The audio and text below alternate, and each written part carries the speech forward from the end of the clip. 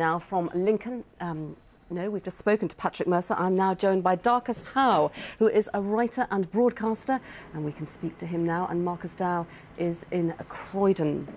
Marcus Dow, are you shocked by what you've seen there last night?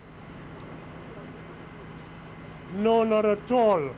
I have been living in London for 50 years.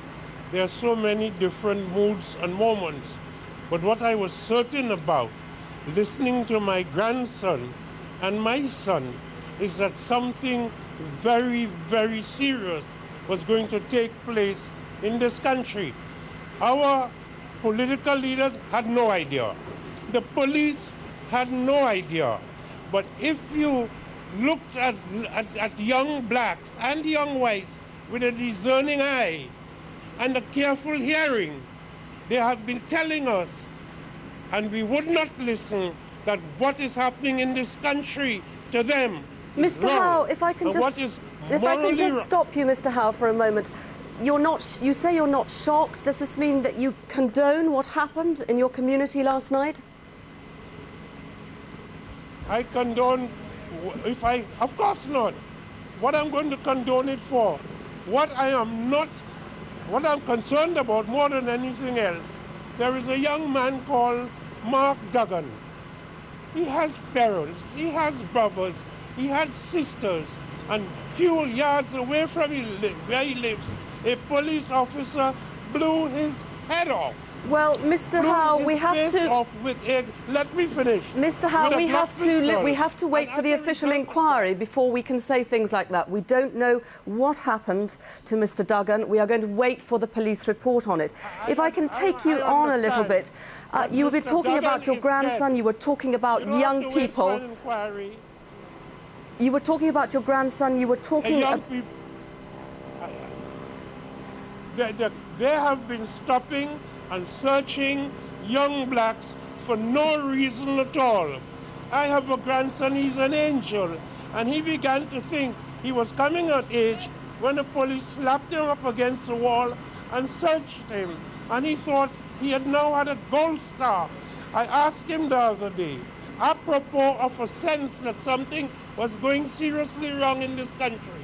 I said, how many times have the police searched you?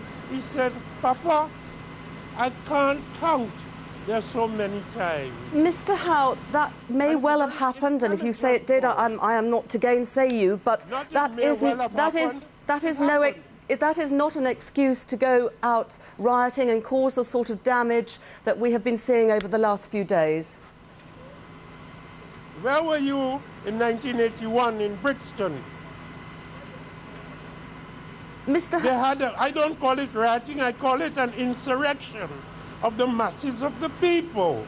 It is happening in Syria, it is happening in Clapham, it's happening in Liverpool, it's happening in Port-of-Spain, Trinidad, and that is the nature of the historical moment. Mr. Howe,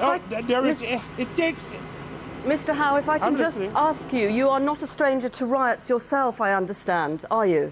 You have taken part in them yourself. I have never taken part in a single riot.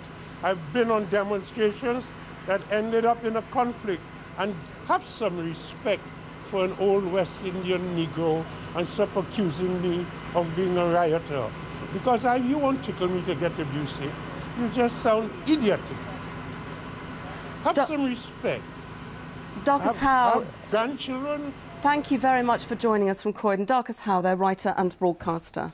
Well, one of the most tragic stories of the last few days has come from Birmingham, where 3 young men were killed when they were hit by a car. The father of one of them, Tariq Jahan, played a key role in stopping any revenge attacks. He's been appealing for calm once again this morning. If the people are listening, then please, for God's sake, give it up. Stop this rioting and looting for no reason. I've said this 100 times. You're not achieving anything, you know. People are losing their livelihoods, their homes. I've lost my family, you know. I don't know how to explain to people, you know. I've already said to you, if you value your children, keep them at home, keep them off the streets, you know, to parents. And to the kids, if you're listening to a grey-bearded old fella that you have no respect for, then try and understand this. When you're my age, you will look back at your lives and think how stupid you were.